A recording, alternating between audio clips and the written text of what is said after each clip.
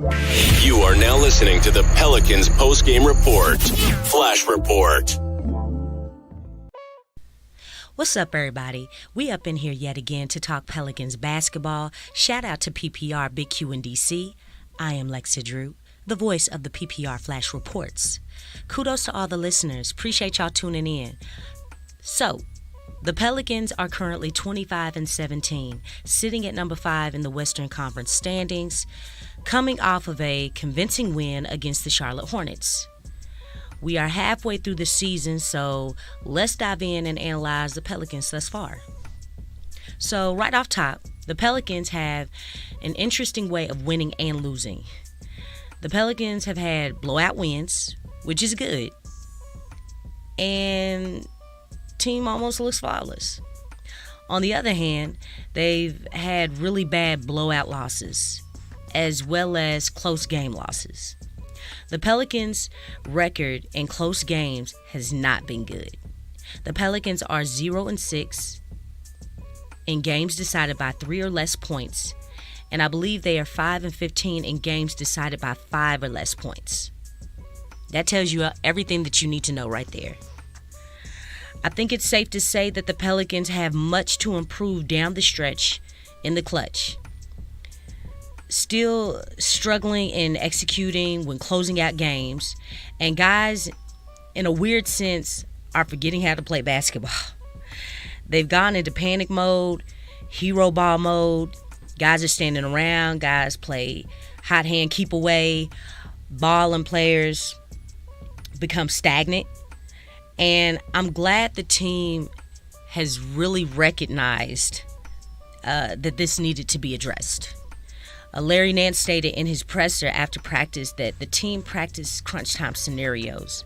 And I was very pleased to hear that. So hopefully that will translate into future games, because Lord knows they need it. On another note, it took half the season for Willie Green to come to terms that he needs to keep J-Hawk in rotation. In Willie Green's presser, he stated, Ray Allen comes to mind, a bit of Steph Curry, J.J. Redick, and Klay Thompson. That's what Willie Green said on player comparison for Jordan Hawkins. I don't know about y'all, but that is some very high praise.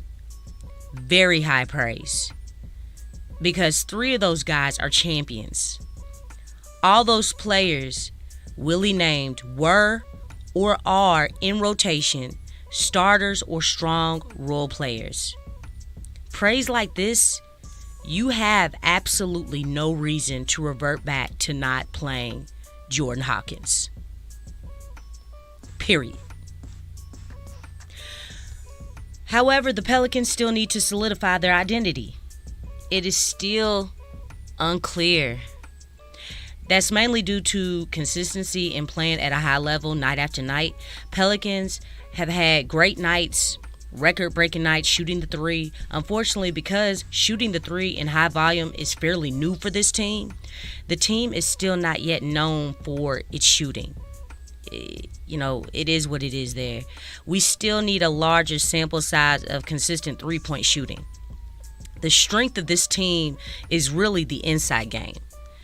And you could argue the mid-range game as well, but let me hit you with this. Zion Williamson is second in the league behind Giannis Antetokounmpo in points in the paint. Last season, before Zion got hurt, he was first in the league for points in the paint. I don't know who's third, but if that doesn't scream dominance, I don't know what does. And that's not to mention, that's not even with a fully 100% conditioned Zion Williamson. That's the scary part. That part right there. Which brings me to my next point. Zion looks good and has gotten in shape. I love the activity on his defense as displayed when he locked up LaMelo Ball. We can definitely look forward to more of that, y'all. Definitely look forward for more of that. Zion's defense has gotten better, And it actually changes the complexity of this team. You can see the pop in his step, the explosiveness is more explosive. He's attempting more shot blocking on weak side. And man, Zion, man, he starts timing those shots. Hey man, we have ourselves a shot blocker, y'all. And that's, you keep hearing that, as far as getting a big man who can block shots, that can very well be Zion. But obviously, it has to get more consistent. So I don't want you to go too crazy with it. But there's still time. There's still time. And especially if, I know they're looking at Jared Allen. I don't know how things are going to go as far with the trade deadline and all that stuff. But, hey, if Zion can step up in that department, maybe the only thing we would really need is just a point guard. So, just something to think about there. Zion's assists have been up, but he still got to stay aggressive and get those rebounds. He's got to get those rebounds up. Come on, Z. Let's get it. Let's get it. Got to continue to improve there. B.I. had a stellar night against Charlotte in a much-needed bounce-back game with a triple-double. He shot extremely well from behind the arc. Pels will definitely need him to shoot more threes. I think I saw when Pels shoot 40 three-point attempts, the Pels have a high probability of winning those games. And another team that shoots at least 40 three-point attempts is the Boston Celtics. There are, I think, a few more other teams. I can't remember them off top. But, Boston, the way that they're playing right now, that's some pretty good company right there. So, I mean, that should tell you right there. If we're shooting that type of high volume of threes, that's a good thing. But again, because shooting the three at that volume is still new for this team, it's still a transition. I'm not totally bought in, but the transition, having that feature for this team is a really good thing. The depth of this team is unique and productive. We've had multiple guys have double-digit scoring aside from the starters. Got to continue to build that two-way mentality so the guys that are known for defense can be a threat on offense. Guys that are known for defense can be a threat on offense and vice versa. It goes back to what I stated in the last Flash Report. The Pels have a good problem. And not to mention Matt Ryan is getting closer to coming back from his injury. So, I mean, hey, y'all, we almost there as far as having everybody back. Look, the team is not in a bad place, but they're not in a great place either. I wouldn't go that far to say that. The upside of the team is very high, and there is still much the team can improve upon to get to that great.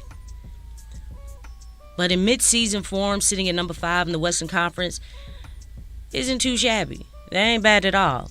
Even with the major mishaps with Willie Green's coaching in some of these games, he still has much to improve, and it'll be interesting to see in the second half of the season on how he does. And look, I mean, you all have heard me talk about it. I feel like a lot of opponent coaches, they're playing chess when he's playing checkers. Making those adjustments, getting those rotations right, making those timely timeouts. Really, the team is very talented, but with Willie Green at the helm, it'll be interesting to see how they go about just against the better teams, really approaching those things that he needs to work on, because that could be the determining factor of how far this team goes. But look, that's all I got for y'all. Like, share, and subscribe to the channel. Tell me in the comments your thoughts on the Pelicans' midseason performance and what you expect for the second half. Again, I appreciate y'all tuning in. I am Lexxah Drew, and I'm out, y'all. Subscribe now and stay up to date for all things New Orleans Pelicans.